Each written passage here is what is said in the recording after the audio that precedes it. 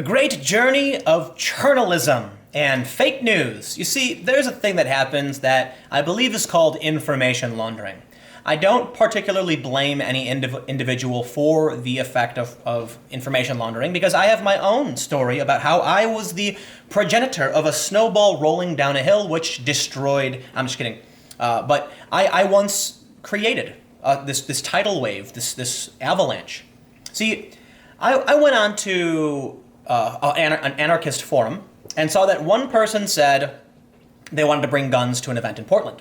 So I tweeted it. Someone saw that tweet and said, oh my God, activists are talking about bringing guns, and wrote a story about it. Someone else saw that and said Antifa is arming up for this Portland rally, and the snowball rolled down the hill and became particularly crazy. Here we have a story about just that. This is a tweet from Keiko in Boston. Journalism in action, former white supremacist claims in a Reddit AMA that neo-Nazis use FORTNITE to recruit. And I have this pulled up. Someone asked, did you see a lot of predatory behavior on poor and disenfranchised youth when you were younger in the recruiting methods the group used? What was the common type of person who would join one of these groups?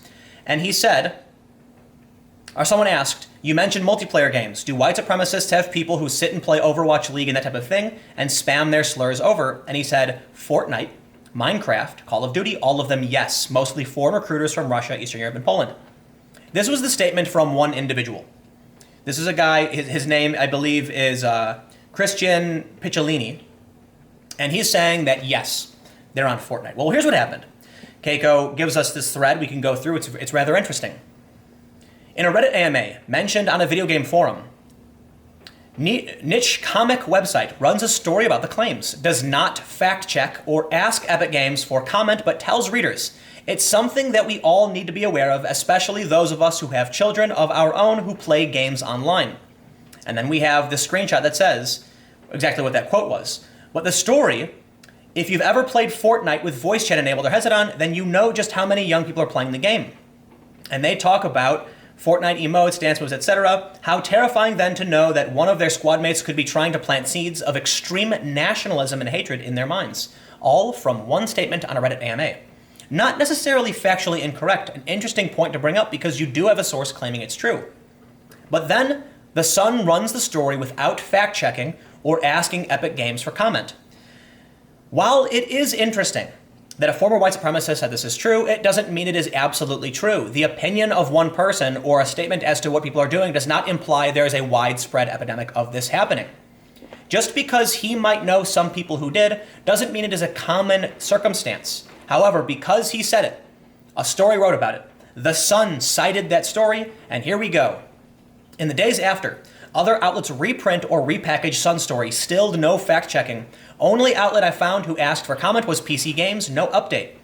Over and over again, we see the story, even Fox News saying FORTNITE is being used by white supremacists to recruit kids. Why? The story is sensational, FORTNITE is huge, and if you get that story that says FORTNITE, you're gonna get hits. Nobody wants to fact check. Nobody wants to say, guys, listen, it was one person on the internet who made this claim and it might not be true. They'd rather just say, well, this guy might know what he's talking about, so it's probably true. Or at the very least, what they'll use is they'll use certain qualifying language like appears to be, maybe, white supremacists might be using, white supremacists claimed to be using.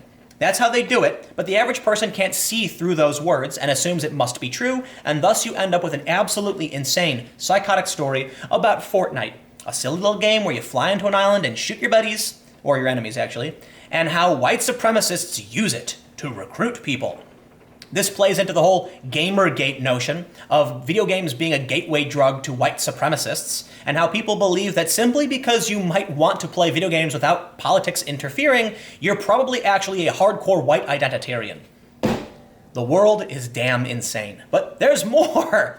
Because from these smaller sites, and including Fox News, we see ABC affiliate WBMA, which covers Birmingham, Alabama, runs with the story and provides local color and proof in the way of a quote from one local gamer. Again, no fact-checking or asking Epic Games for comment. And they have this here. It says, local gamer Bedclod says he hears and sees that type of thing often during gameplay. Across platforms, I've been hearing a lot of anti-Semitism, racism, homophobia, and neo-Nazi things like that happening over the headset. Now listen, is it possible that white supremacists use video games to recruit kids? Yes, it is. In my opinion, is it likely? No, probably not, because there's not that many white supremacists. What I think actually happens is there is a culture among young gamers to say these things. You go on 4chan, and you're going to see a lot of people saying things that are racist and stupid, but the point is most of these people don't actually believe it. Are there people littered within 4chan who actually are white supremacists? Sure, but for the most part, they're LARPing. People on video games who yell things that are homophobic or racist or anti-Semitic are probably trolling. And while some people say, yeah, well, if you're going to troll in that way, you must actually be racist, sure, make that your argument. But the point is, there are a lot of people who think it's funny to trigger someone by saying the most shocking thing possible. There are many people who just want you to get angry. They're going to say whatever they can to make you angry, and yes, you will probably hear this nasty stuff. Is it a good thing? No, it's probably a really bad thing, and there's probably, I don't know if there's a way to fix it other than to police speech, but you can ban people for violating certain community guidelines, and I don't really know if that's the solution. But I think it's important. The important point that needs to be brought up is, for one, this is how a story goes crazy. Something that may or may not be true gets carried away simply because a person made a comment on the internet and it became a fact. Admittedly, it is good to see an ABC affiliate actually asking somebody who plays games whether or not they believe this to be the case, and he says that he does see it, so it does kind of provide a little bit of confirmation. Keiko then says other ABC affiliates also running the story. 2 months later, former white supremacists asking for people to come forward with their neo-Nazi video game recruitment stories. The same person, Christian Picciolini, says, if you are someone who's been recruited or attempted to be recruited by white supremacists while playing online multi-video games, hit me up. And the thing that I think is important to bring up here as well is simply because a young gamer hears people saying really awful racist things doesn't mean they're trying to recruit you for anything. It could just be that their kid's trolling you, and the idea that there is some nefarious old middle-aged man asking kids while they're playing FORTNITE, do you want to be a white supremacist? Like, that's really, I really think it's unlikely. I will say, though, I do believe it's entirely possible that when young kids are inundated with anti-Semitic, racist, homophobic language, they become more accepting of it when they hear it in real life. And so there is an aspect of truth in that when people try to troll, they eventually create something that might be real. But look, the point is, I don't think white supremacy is as pervasive as everyone thinks it is. They're taking these definitions of words and making them ridiculous, like white supremacist just means someone who upholds the status quo now, apparently. So, is there an issue with online gaming, crude and crass language? Sure. Does that mean that we have an epidemic of white supremacists trying to recruit your children into extremist gangs for extremist nationalism? No. But when you get inundated with these stories, the narrative becomes just that a small group of crazy white supremacists are trying to trick your kids and you can't let them play video games. Keiko says, folks, this is not what journalism should be.